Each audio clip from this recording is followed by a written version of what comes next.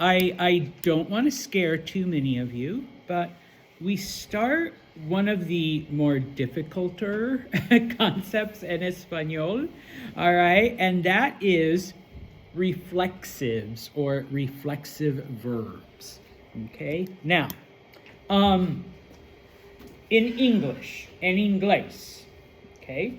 When we talk about reflexive sentences, in English, a reflexive sentence is a sentence where the subject of the sentence is also the object of the sentence. Okay, so we're going to do un poquito English grammar here. Okay.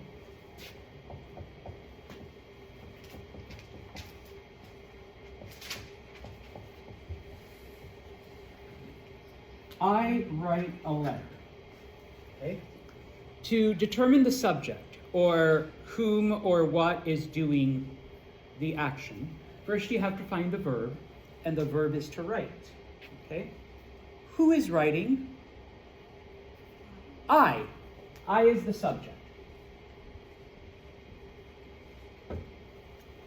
To determine the object of the sentence, you have to ask what is being written. More general, what is being verbed? Okay, so depending, like, I see Cheyenne. What is being seen? Cheyenne. Cheyenne is the object. Okay, so in this case, what is being written? The letter. That is the object of the sentence. Okay, ladies and gentlemen, I'll put a sad face. That is not a reflexive sentence because the subject and the object are two different things. Okay?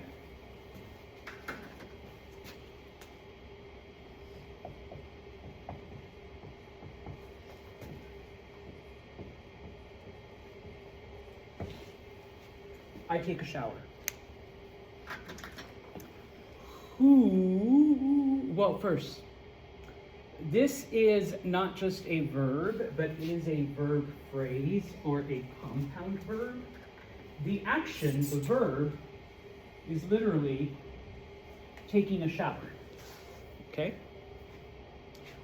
Who is taking the shower? I. So that is your subject. Who's receiving the shower? I, yes. So, ladies and gentlemen, I'm going to draw a happy face. This is a reflexive sentence, okay? The subject and the object are the exact same thing. The thing that's performing the action is also the thing that's receiving the action, okay, in the sentence, all right? Now, that's how you figure it out in English. Espanol is just a little bit harder, okay? Of course it is, Mr. Santos, all right? Well, kind of and kind of sort of, okay? Now,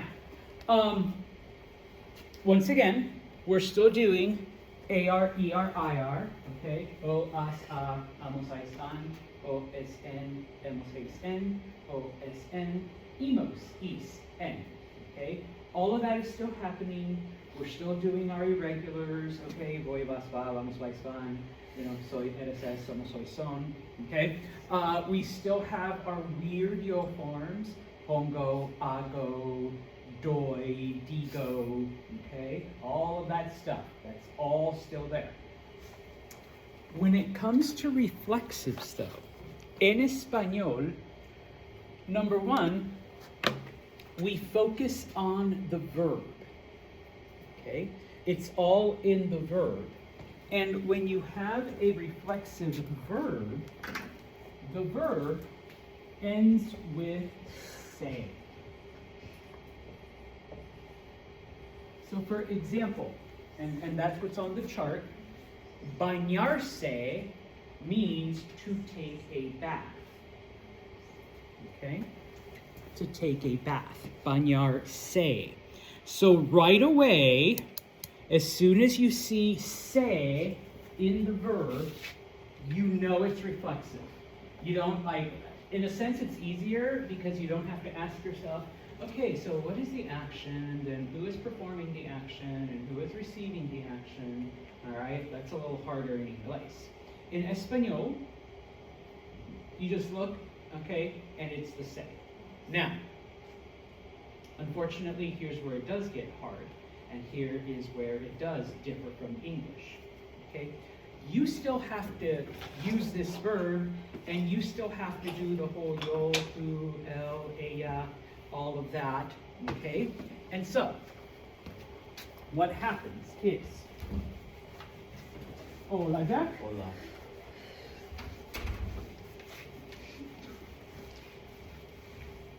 Okay.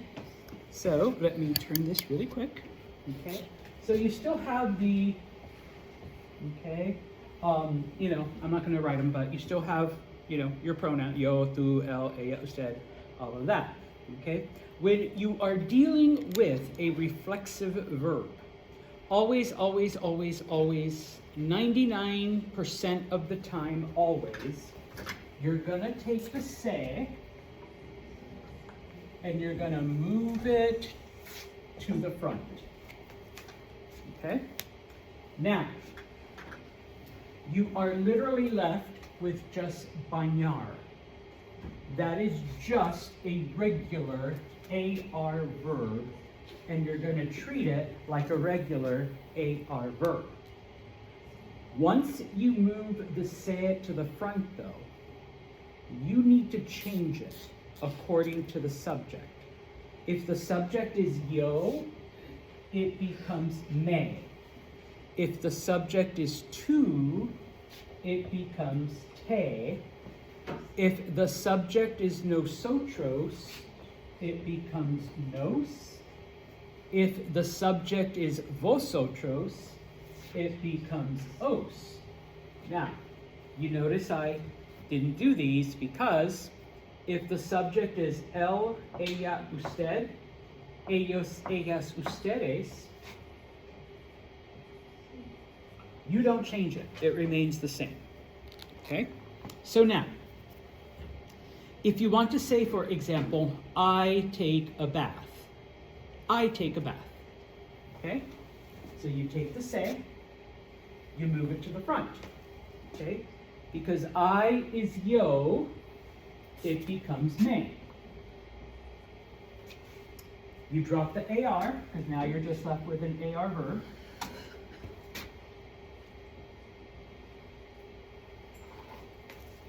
What is the yo ending of an AR verb? Oh. So, me baño means I take a bath. Okay? Now, if you want to say yo me baño, that's fine, but it's like calling it white snow. Okay? Why wouldn't we say, look at all of that white snow out there? It's all snow's white. Yeah, okay, yeah, that's its natural state. That's how it falls from the sky, and that's how it lands on the floor. Now, of course, once it's on the ground, it could turn brown, it could turn black, it could turn yellow, you know, type of thing, and then you would say, oh yeah, it's black snow, it's brown snow, it's yellow snow. Then you would, okay? But, and so, if you want to say yo me baño, that's fine. People might be like, okay, whatever. Oh yeah, you know, it's, you know, it's Cheyenne. She's obviously not a native. All right, don't look native. So, you know, okay, it's fine. We forgive you.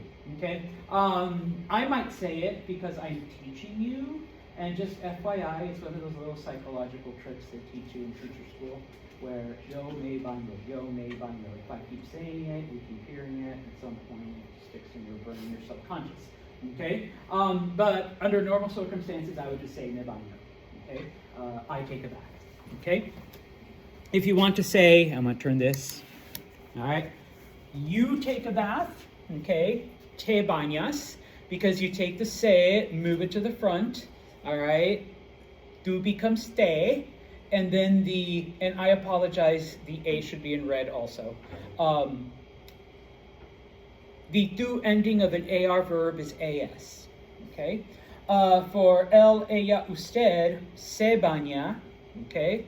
You take the se, you move it to the front, it just remains se. And then, of course, the el, ella, usted ending is just an a. Okay? Now, just like with regular verbs, you might want to say usted se baña, él se baña, ella se baña, because, once again, if I just say se baña without any other context, it could mean I'm talking to my dentist, you take a bath in the usted form. I could be talking about Julia, and I say she takes a bath, ella se baña, or se baña, or I could be talking about Jack, saying he takes a bath, se baña. Okay? So I would want to be like, doctora, doctor, usted se baña, okay? You take a bath, okay? Or I'm talking about this young lady, I'm sorry, yeah, we don't need to talk about your personal hygiene habits. Ella se baña, she takes a bath. Or I could be talking about Jack, sorry Jack, also don't need to be commenting on your personal hygiene. Él se baña, he takes a bath, okay? So it becomes clear who I'm talking about, okay? Take it to the front, nos bañamos. Se becomes nos, and then the amos ending is the nosotros ending, same ending we've done ever since October, okay? Os bañáis, vosotros becomes os, okay? AIS, don't forget the accent on the A, and then of course the ellos, ellas, ustedes, okay? Now, just to clarify, and this is strictly because Santos is a dork, when you say me baño, you're not literally saying, I take a bath. What you are literally saying is, I bathe myself. Okay? When you say te bañas, you're not literally saying, you take a bath. You're saying, you bathe yourself. Okay? And so on and so forth. If I say, él se baña, he takes a bath, that's not what I'm saying. I'm saying he bathes himself, and so on and so on. Okay, just so you're aware what the actual sentence phrasing is, which is why it's kind of weird. It's different from English. Okay, now y'all have already kind of sort of done reflexives. Okay, if I look at Cheyenne and say, "Excuse me, señorita, ¿cómo te llamas?" What do you respond? Full sentence. Okay? I know I told you it means my name is, but then I think I told you that's not literally what you're saying. That you're saying I am called. Well, now I get to clarify even further, because you're not saying I'm called Cheyenne, but what? I call myself Cheyenne, even though you didn't pick your own name. All right? For some reason in Spanish, that's how we phrase it. I call myself Jack. Me llamo Jack. Okay? I call myself Cheyenne. Me llamo Cheyenne. I call myself Ashton. Me llamo Ashton. Okay? If you literally want to say my name is, mi nombre es. Okay? But you already have a teeny tiny bit of experience with reflexives. Okay? Now, because when it comes, is there another one? No. So I'll leave it right here. Okay, first off, let me just say that everything I have babbled about, okay, the explanation, okay, is on page 154 at the top part of the gray area, okay, and then in the middle part, it kind of gives you, you take the say, you move it to the front, and then you change it, okay, and then of course, depending on whether it's a regular AR, ER, or IR verb, you do the AR, ER, IR endings, okay? If you go to the right, to page 155, okay, the se always goes in front of the verb, 99% of the time. Mr. Santos, then, what's that 1% where it doesn't. Okay? If you are using a compound verb, if you're using two verbs, one action.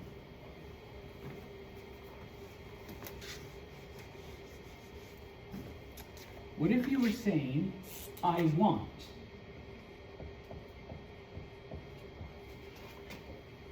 Now, you know what? I need.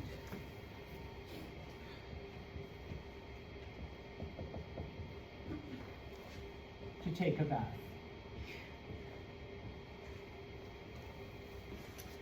Remember, when you have two verbs, what do you do with the first one? You change it, okay? Give it a second. What do you do with the second one? If this one you change, what do you do with this one? Leave it alone, okay? That's only partially true here. You leave that part alone, okay? You are not going to touch that. You are going to change this, okay? So, I need to take a bath, all right? I have been working out, I've playing basketball, I've been at the gym, lifting weights, I'm all sweaty and gross and smelly. I need to take a bath, okay? It's just a regular AR verb.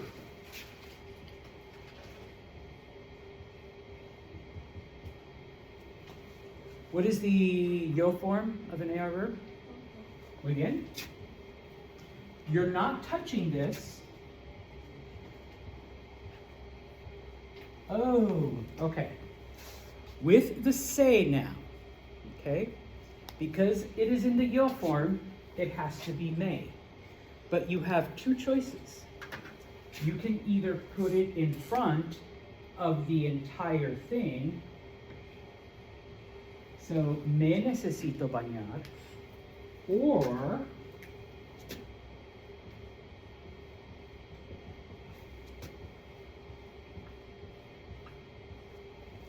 you can just attach it to the end.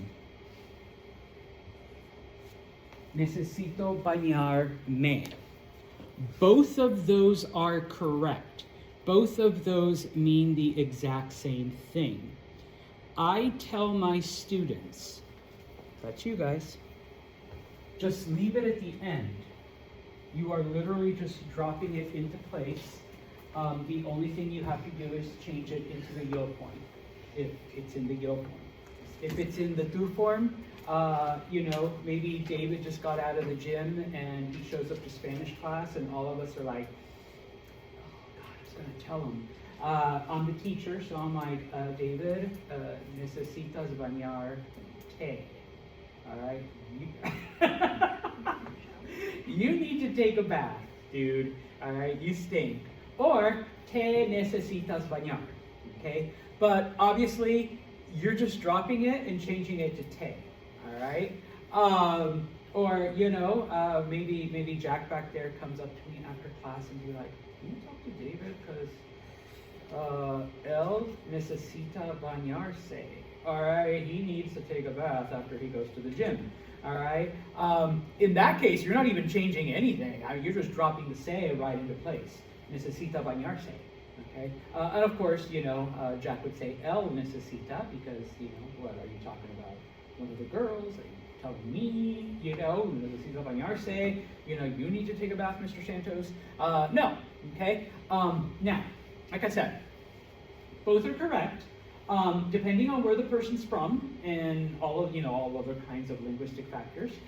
So sometimes somebody might say, me necesito bañar. Sometimes they might say, necesito bañarme. Okay, so just be aware. But when it comes to you guys, I just tell students, especially if you're at the beginning level, just attach it to the end. All right, it'll be so much easier. Okay, now. Just as a little side story, because I had to go through this. I didn't have to. In graduate school, I actually attended a research university, which if you guys ever transfer to one like that, like maybe like Syracuse or something, you can volunteer for experiments. And I use air quotes because you do get paid. So you're not a true volunteer, but it's not like you're going to get rich. okay, type of thing. Back in my day, it was like $20, $25, $30 to volunteer for different things, okay? So on occasion, I do it. This time, they were calling for Spanish speakers, and I'm like, okay, I speak Spanish. And I had to agree for a week to let someone follow me around and record everything I said in Spanish. I got $75 for it, which in the 90s, that was like a shit ton of money. Or I was like, oh yeah, I was like, just a week? They're like, yeah, but they gotta follow you, like they gotta be everywhere with you. I'm like, I don't always speak Spanish like all the time. They're like, no, but whatever you do speak, you know, they'll be there, they'll be ready. I'm like, okay, so follow me around. The purpose of it was, because for the beginning Spanish students, okay, for like the 101, 102, this is back in the day when you had to go to like a language lab, you had to listen to recordings and, you know, like practice your Spanish. And in this case, they wanted native speakers, they wanted natural, as opposed to, hola, me llamo Pedro, ¿dónde está la biblioteca? You know, they wanted me to be like, hey, hola, ¿cómo estás, Cheyenne? Hey, vamos a comer. You know, they want, you know, so like, what was, you know, what was the young man asking, you know, the lady to do? Oh, he said, let's go eat, you know, like type of thing. But anyways, okay, the professor in charge was really, really nice, because when he figured out that, you know, I'm a native speaker and all that, he called me into his office like 2 months after, like, you know, my thing was up, you know, I think I still had maybe $5 of the money, you know, back then everything was cheap. Seriously, like you could get a 99-cent like for 3 tacos at Taco Bell, like type of, I know those were the days. I know it sucks now, but anyways, he's like, I went ahead and I listened to your speech patterns. He says like, and I broke it down for you. I thought you might be curious. And I'm like, what do you mean you broke down my speech patterns? And that's what he did. He was what we call a philologist. He literally listened to people speaking, and he could like learn things about you. And he's like, well, just by listening to you, number 1, you're Mexican. I'm like, yeah. And he's like, number 2, because I really didn't know him. Like, this was like only maybe the first time speaking to him, like maybe 3rd time ever interacting. The other 2 times were like the very primitive email, you know? And he was just like, West Coast, right? And I'm like, yeah. Okay, just from listening to you speak, both of your parents, or either you or both of your parents are from Central Mexico, right? And I'm like, yeah, Guadalajara. And so later on, I'm just like, okay, what the fuck's going on? And so he gave me the sheet with statistics telling me, like showing me, you know, like when I choose certain words, like when I use certain phrases, like which accent I have. And one of the things that he pointed out, he's like, whenever you use compound verbs and you have to, you know, place a pronoun, 89% of the time, you put it in front. He's like, do you know why? And I was just like, I don't even know what you're saying. Like, you know, explain it to, break it down. Compound, you know, so he's like, okay, 2 verbs, you know, the pronoun, you know, me, te. Like, okay, so like, most of the time you would say, me necesito bañar. Okay? Very rarely do you actually stick it at the end. And I was just like, oh. And then after that, this is kind of what got me interested in like linguistics and language and words and breaking shit down, and like, because number 1, like when you listen to people talk, you can tell a lot about their speech patterns and their vocabulary usage and where they're from, where they were raised, if you're good. All right, I used to be able to do, like, especially with Spanish, I couldn't really tell you with English because I didn't study English, but like people will be like, oh my god, and I'm like, they're either from Peru or Ecuador, like, you know, right away, and you know, turns out it's usually correct. I can pick out Dominicans and Puerto Ricans like nothing now because I've been around them so much. All right, I can actually tell when a Dominican is from Santo Domingo or from the Goonies, just by their accent now. So if you're around it enough, you can figure things out. But he was just like, yeah. He says, no offense, but you know, like, did your parents do this, or did you do this, or did you, you know, like type of thing. And so if you want to speak like Mr. Santos, you can put it in front. If you want the easy way, you can put it at the end. Okay? Both are correct, is my point. Okay? All right. Anyways, that was just a fun little tidbit. I'll tell you about some of the other experiments I subjected myself to at some point in the future. None of them were gross. I did have a friend, though, who back then you could sell your plasma, your blood plasma.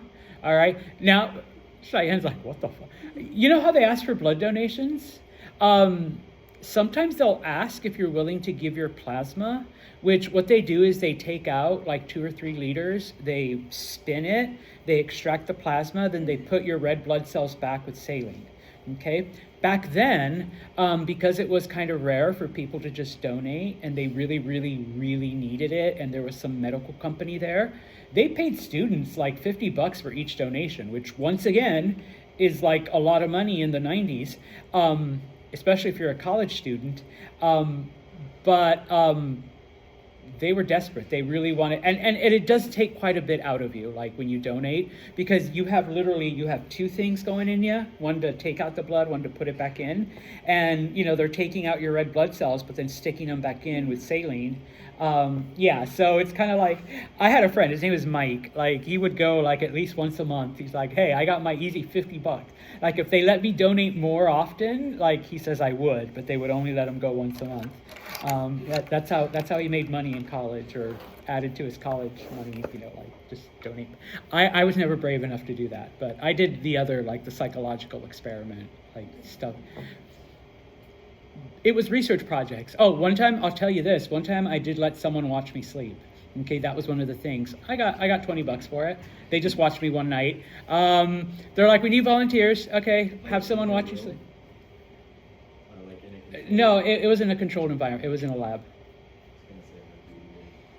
But it was for a psych class too, so it was other students. Okay, so it's like if you're taking like Psych 500 or something, you'd be like, all right, I'm supposed to watch you sleep, so go to sleep, and so yeah. Okay, it had to do with dreams. It was a dream experiment. Once you started rapid eye movement, which is when you're dreaming, the person was supposed to let you go for maybe 15-20 seconds, and then they were supposed to wake you up, shake you awake and be like, okay, tell me everything.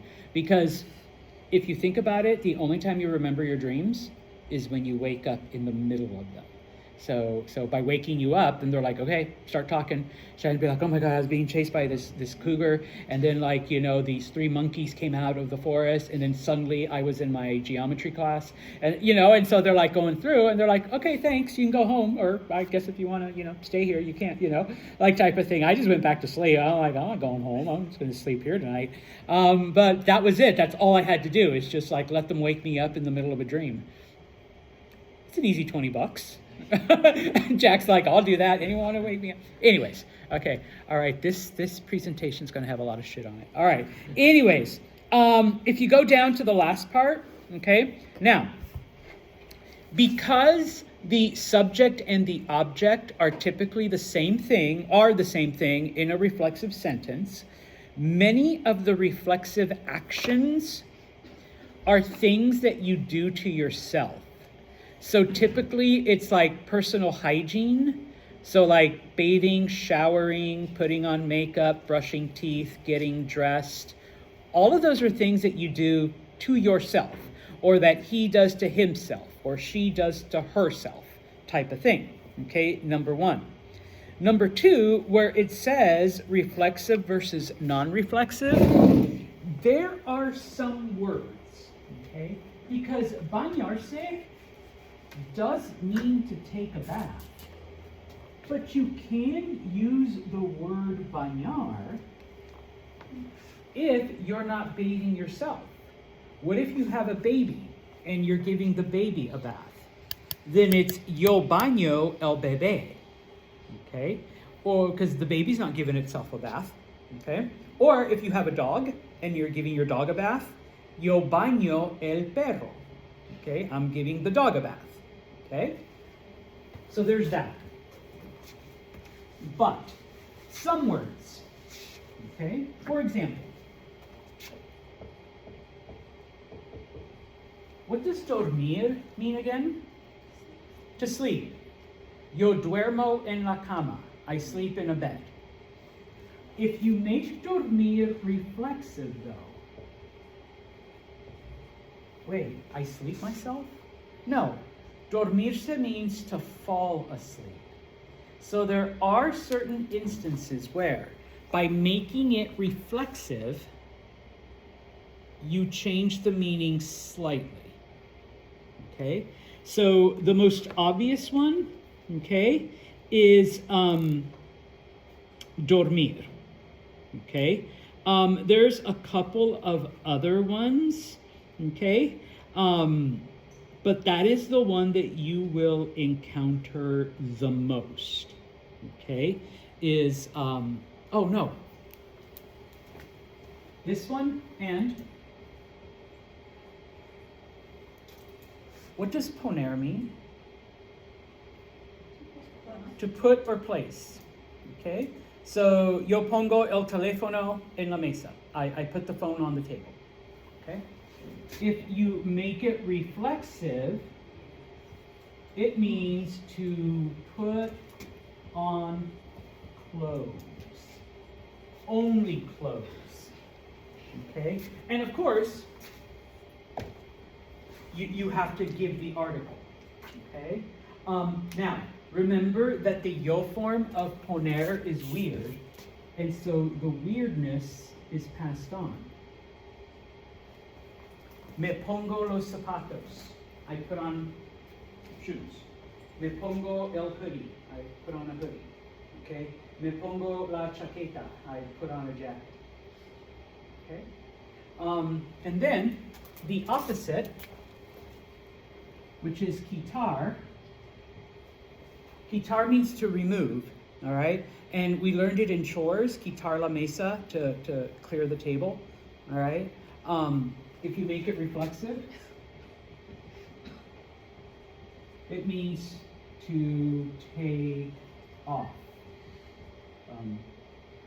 Close, sorry, I ran out of room. And then of course, me quito la chaqueta in la clase. I take off my jacket when I walk into class because hace calor, it's hot in here. Okay? Me quito el beanie in la clase. I take off my beanie in class because hace calor, it's hot in here. Okay?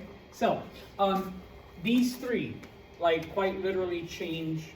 They don't change meaning, but their meaning is altered slightly. Okay? So, to sleep, to fall asleep. Okay? To put or to place, to put on clothes, to remove, to take off clothes. Okay? So yeah. Okay? Now, the last thing, or at least that I'm going to explain, okay? If you look at the very bottom of page 155, 155, okay? See, okay? These are the reflexives, okay, that you are responsible for knowing, numero uno, okay? So acostarse literally means to lie down, but it can also mean to go to bed, okay? Afeitarse, to shave, okay? Bañarse, we already kind of did, to take a bath. Cepillarse means to brush. So, like if you brush your hair, you can say cepillarse, but typically in Espanol, we use cepillarse to talk about brushing your teeth, okay? Cuidarse, to take care of yourself. Despertarse, to wake up. Dormirse, to fall asleep, okay? Now, just like in English, all right, sometimes people will alternate between, yeah, I'm going to sleep or I'm going to bed. They'll say I'm going to bed when they mean they're going to sleep. And people do that in Spanish too, but it's one of my little tiny pet peeves because you can go to bed, but not actually go to sleep. You could just lie there for an hour, okay? So, please try to, distinguish in Espanol. Do what you want in English, but en Espanol. Ducharse means to shower, okay? I know what it sounds like in English. Go ahead and giggle if you have to, all right? But ducharse, okay? Now, please be aware that depending on the Spanish-speaking country, some people divide bañarse, sit in a pool of your tepid filth, and ducharse, stand up, let the water fall on you, okay? In some places, they will use bañarse for everything that involves soap, water, and getting cleaned. Okay? So once again, just kind of, pay attention. Lavarse, to wash. Okay? in this case, to wash yourself, okay? So you would add a body part. Me lavo la cara, I'm washing my face. Me lavo las manos, I'm washing my hands, okay? Me lavo el cuerpo, I'm washing my body, okay, for whatever reason. Levantarse is to get up, and it's kind of the same thing.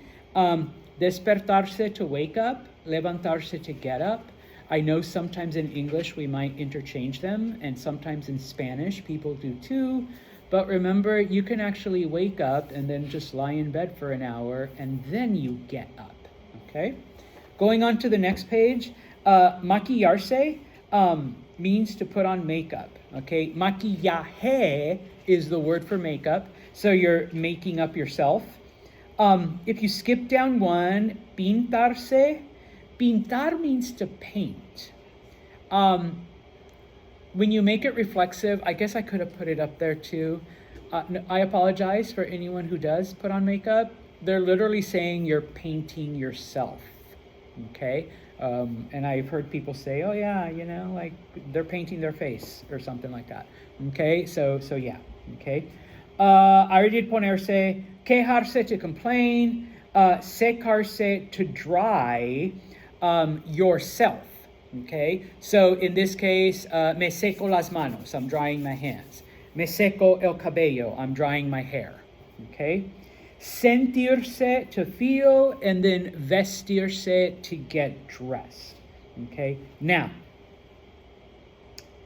in the last chapter, we did stem changers. Sometimes a reflexive can also be a stem changer. The book is really, really nice, and I am trying to do the same thing with my worksheets, because if you look at the first one, acostarse, to go to bed or to lie down, you notice there's a UE in parentheses. What does that UE tell you about the letter O? Okay? From this point on, the textbook will give you when a verb is reflexive, okay? Because they realize we literally just learned it in this chapter. Not reflexive, stem changer. We just learned it in the previous chapter, and so maybe you have not had time to, you know, remember them all, okay?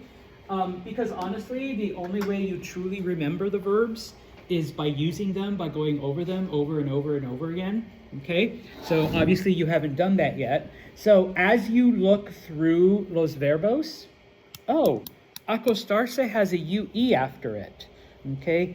Despertarse has an IE after it, okay? Well, that means it's a stem changer as well. And if you look at despertarse, there's two E's. Which E gets the IE? The second one, okay? So it's me despierto, te despiertas, but in the nosotros form, outside of the boot, nos despertamos, okay? And then finally, and I will shut up, and I have talked longer than I planned on, if you look at the very last verb, vestirse, to get dressed, you have decir, you have pedir, you have sentir. Now you have vestir. The E becomes an I. You have four verbs. If it's not one of those four, E to IE. So you're saying the book applies to the reflective verbs too? Yes, but only the ones that have UE, IE, and I in parentheses after it, which with this list, there's only four of them. Okay, there's only four, and the book is really, really nice, and it tells you which four. And we'll do this on Monday, but even I included it, you know, so that you know you're aware. Okay. Some students forget to look though that there's a little IE in parentheses or in, you know, whatever. All right.